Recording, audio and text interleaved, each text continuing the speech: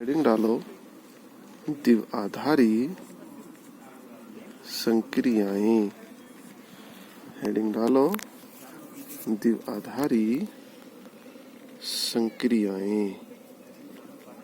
ठीक है, देखो द्विआधारी संक्रियाएं होती क्या है। सबसे पहले इसके बारे में आप समझ लो। पहले मैं नॉर्मल तरीके से तुम्हें समझाता हूँ द्विआधारी संक्रियाएं क्या है। देखो, आप लोगों ने इन संक्रियाओं के बारे में तो पढ़ा, प्लस को भी जानते हो, माइनस को भी जानते हो, आप डिवाइड को भी जानते हो, आप मल्टीप्लाई को भी जानते हो। ठीक है, इनमें तो कोई डाउट नहीं किसी को। अब होता क्या है, अगर एक विशेष प्रकार की कोई रिलेशन तैयार कर दिया जाए, जैसे एक जगह मैंने लिखा A star B is equal to A square plus B square, कुछ भी लिख दिया, तो स्टार जहां भी आ गया, देखो नॉर्मल स्थिति में अगर मैं लिखता ए प्लस बी, तो ए का मान सपोज करो 2 है, बी का मान 3 है, तो 2 और 3 को जोड़ते 5 आता है, यहाँ से होता ना ऐसा। लेकिन अगर मैं लिखता हूँ ए स्टार बी बराबर ए स्क्वायर प्लस बी स्क्वायर, ए का मान 2 है और बी का 3 है, तो 2 का स्क्वायर प्लस 3 का स्क्वायर, 2 का स्क्वायर 4, 3 का 9, यह आता आपके पास 13।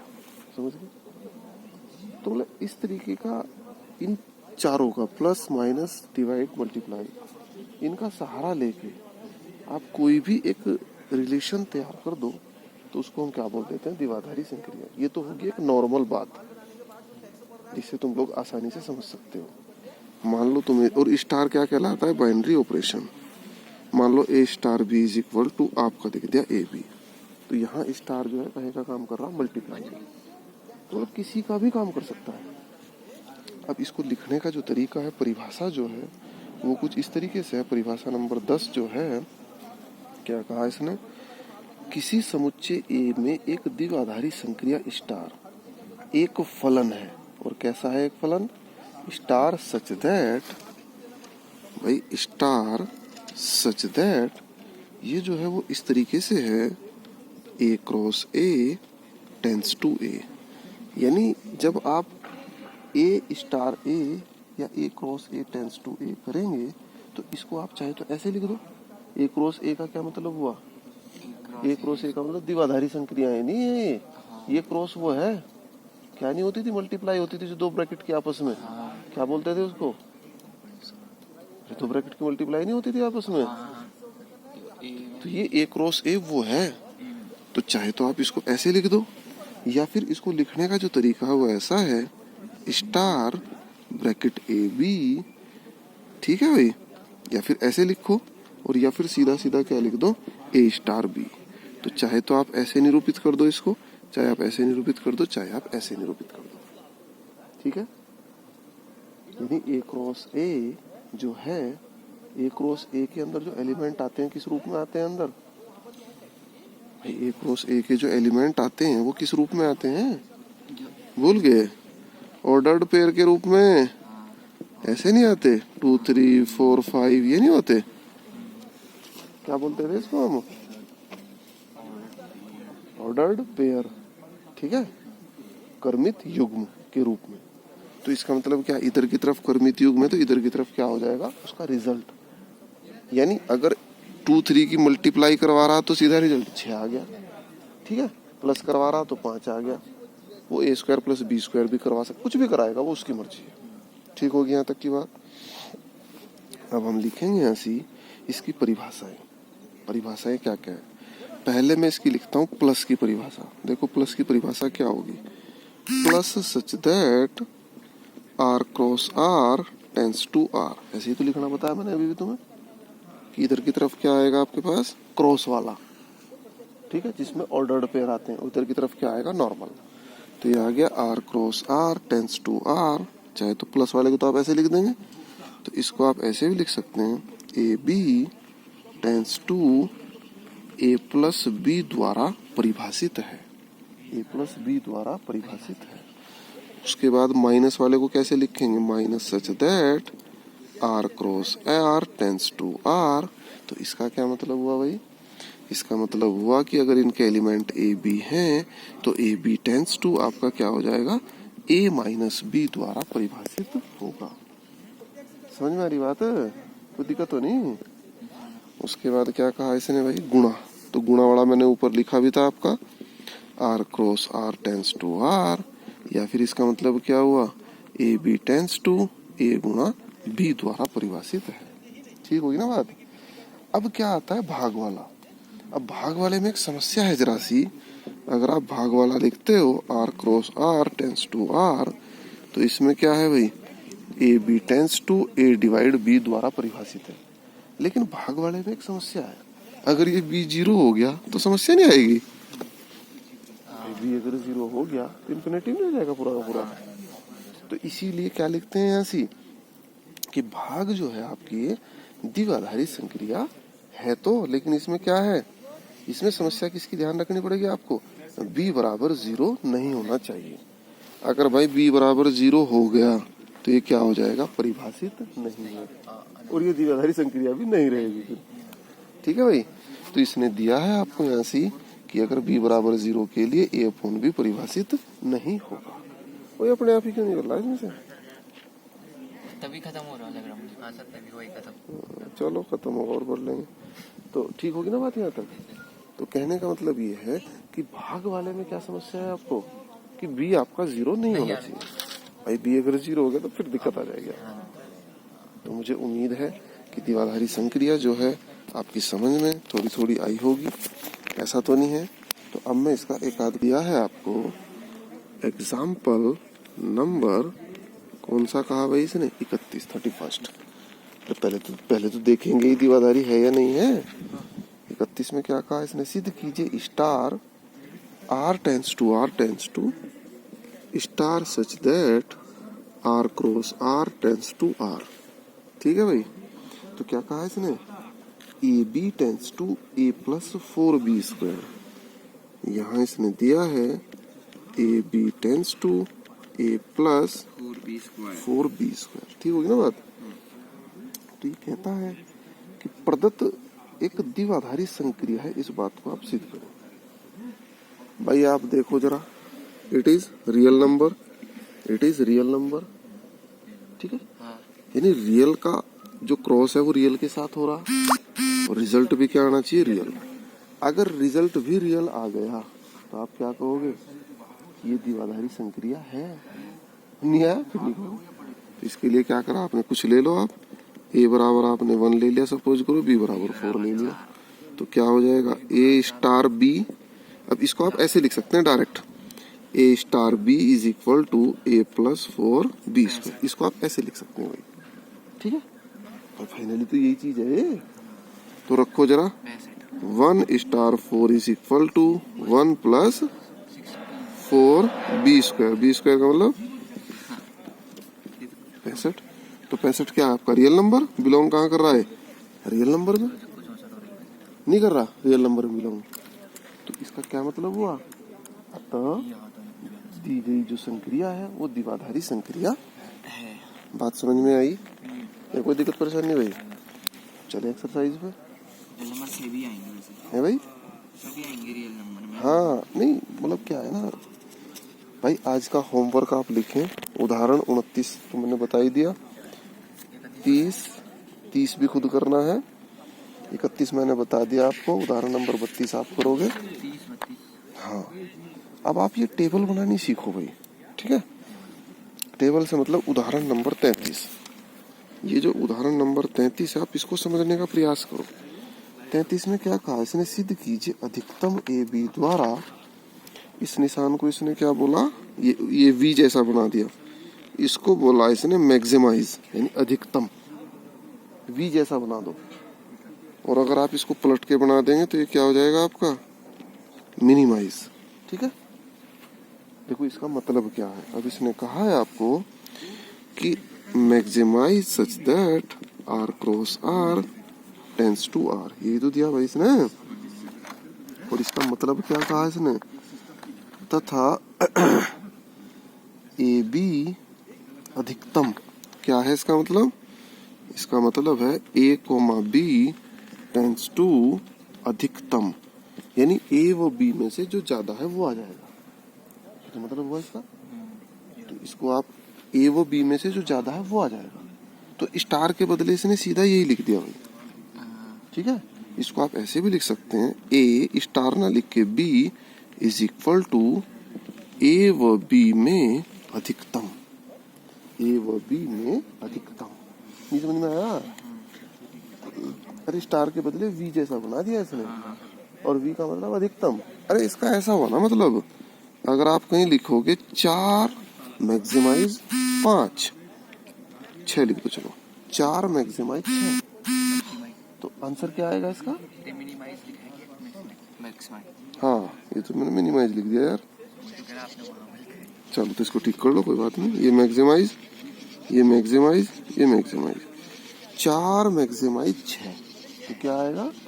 तो इसका आंसर सीधा सीधा 6, दिस इज द आंसर, ठीक है। हाँ, अगर मैं कहीं लिखता हूँ 5 मैक्सिमाइज 6, तो आंसर 6, 5 मैक्सिमाइज 3, तो आंसर 5। समझ में आ गया? या कोई दिक्कत है अभी?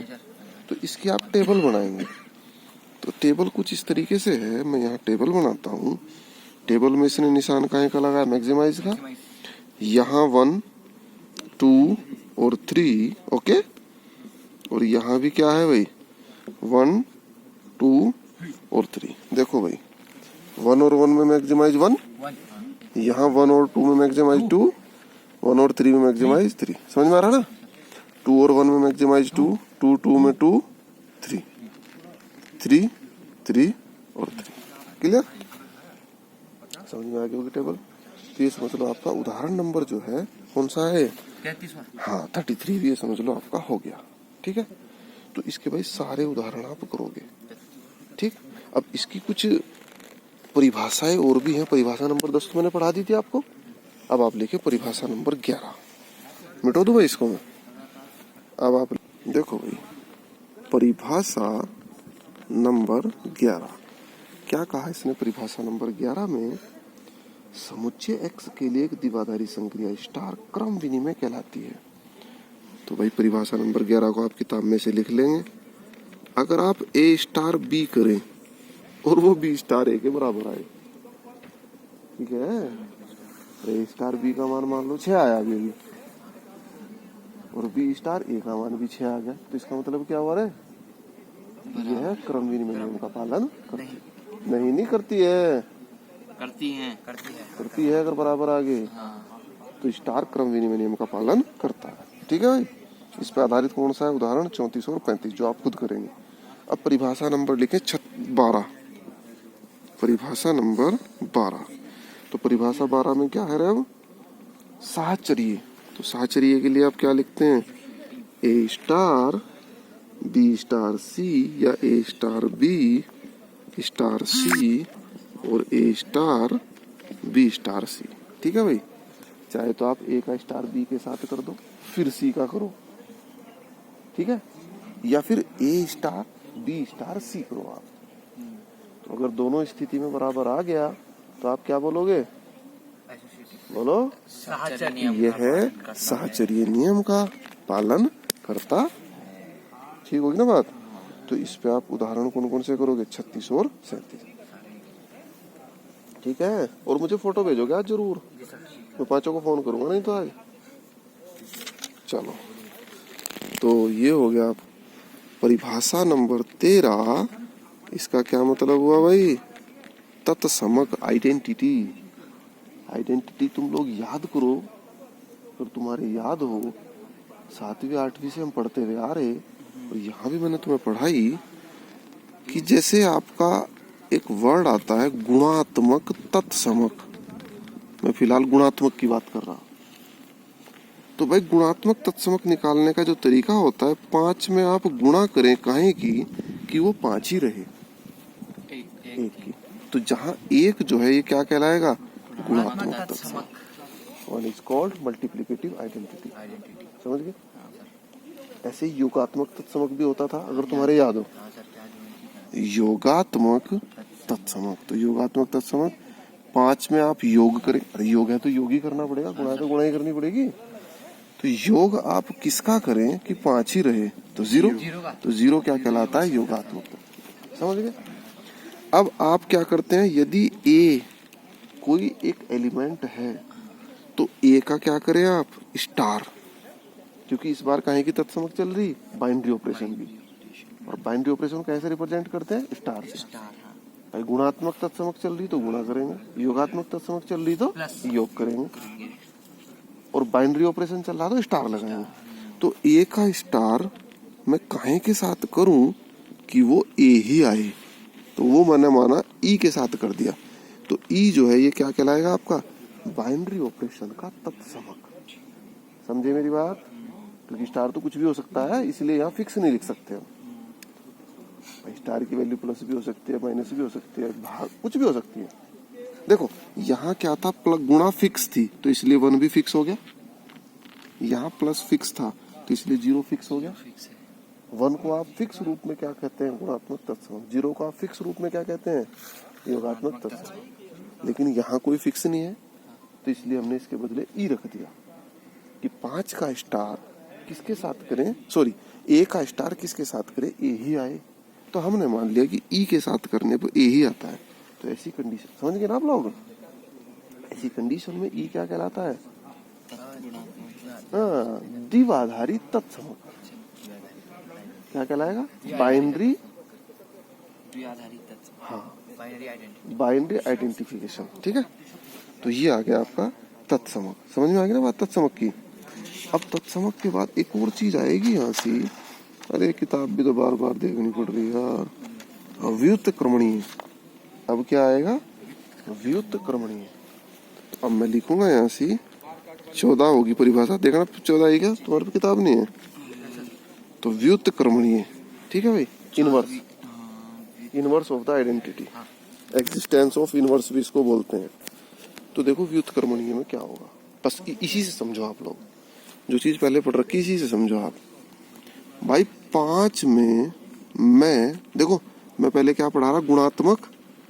मैं यहाँ जो क्या पढ़ा रहा है, यहाँ से यहाँ जो मैं व्युत्क्रम पढ़ा रहा हूँ किसका पढ़ा रहा, गुणात्मक का।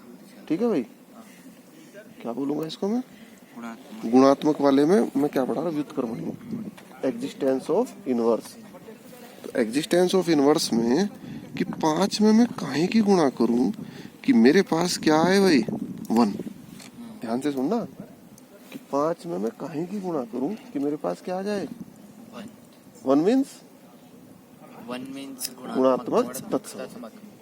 ठीक है, यानी 5 में काहे की गुणा करूं कि आइडेंटिटी आ जाए। तो 5 में काहे गुणा करने पर आइडेंटिटी आएगी, 1/5। ठीक है, तो यानी अगर एक एलिमेंट ए है तो 1/a उसका क्या कहलाता है, व्युत्क्रमणीय। काहे में, गुणात्मक में, अगर गुणात्मक की बात चले। समझ गए ना आप लोग। अब यहाँ आओ, बोलो 5 में मैं काहे का प्लस करूं कि क्या है मेरे पास, 0। ठीक है, नहीं समझ में आ रही बात कि 5 में मैं काहे को जोड़ूं कि क्या आ जाए मेरे पास, आइडेंटिटी। गुणात्मक निकालने के लिए किसकी जरूरत पड़ती है, आइडेंटिटी। तो 5 में क्या जोड़ूं मैं, 0 आएगा, -5। तो अगर कोई एलिमेंट ए है तो उसका इनवर्स क्या कहलाएगा, माइनस। काहे में, योगात्मक, योगात्मक प्रतिलोम। ठीक है, और गुणात्मक प्रतिलोम क्या कहलाएगा, 1/. ये तो फिक्स हो गए इधर के, ये ऑपरेशन अपने आप में फिक्स है, इसलिए इनके रिजल्ट भी फिक्स है। लेकिन ये अपने आप में फिक्स नहीं। तो इधर क्या था हमारे पास, अगर कोई तत्व ए है तो ए में मैं काहे का स्टार करूं कि मेरे पास क्या आना चाहिए, ई, आइडेंटिटी। इसकी आइडेंटिटी कहाँ से मानी हमने, ई से। तो हमने माना ए में काहे का स्टार कर दिया, बी का। तो ऐसी कंडीशन में ये जो बी है आपका, ये क्या कहलाएगा, व्युत्क्रमणीय। किसका, द्विआधारी संक्रिया का। तो बी क्या कहलाएगा, द्विआधारी संक्रिया का। और व्युत्क्रमणीय किसका कहलाएगा, ए का। तो यहाँ क्या है, बी कोमा ए का व्युत्क्रमणीय है। सुन लो रे इधर, अगर ए स्टार बी ई लिखा तो ऐसा, लेकिन मैं बी स्टार ए भी तो ई लिख सकता हूँ। मल्टीप्लाई दोनों का स्टार ई ही तो आना चाहिए। तो इसमें क्या कहलाएगा, ए बी का व्युत्क्रमणीय। अरे यार एक बात बताओ, ए 1/a का व्युत्क्रमणीय है तो 1/a का है, ए 1/a का है व्युत्क्रमणीय। तो ऐसे यहाँ ए बी का व्युत्क्रमणीय है तो बी ए का व्युत्क्रमणीय। बशर्ते क्या है कि स्टार लगाने पे क्या आना चाहिए, आइडेंटिटी। समझ गए। अगर स्टार लगाने पर आइडेंटिटी आएगा तो दोनों एक दूसरे के क्या होंगे, व्युत्क्रमणीय। समझ में आ गई होगी बात। तो मुझे लगता है आज आप लोग एक्सरसाइज पूरी ही करेंगे इसकी। कितने क्वेश्चन एक्सरसाइज में देखो एक बार, देखो देखो हैं, सर 13 क्वेश्चन 13 है ना इसमें भाई। देखो अब रिवीजन चल रहा, अब ऐसा तो है नहीं शुरू से किताब चल रही जो मैं दे दूंगा इसके। भाई तो मेरे हिसाब से तुम्हें पूरे प्रयास करना चाहिए। मिसलेनियस शायद हमारे सिलेबस में नहीं, सिलेबस पर कटिंग करवाई थी उस दिन। हाँ तो भाई इसका आज पूरा काम तुम लोग करो।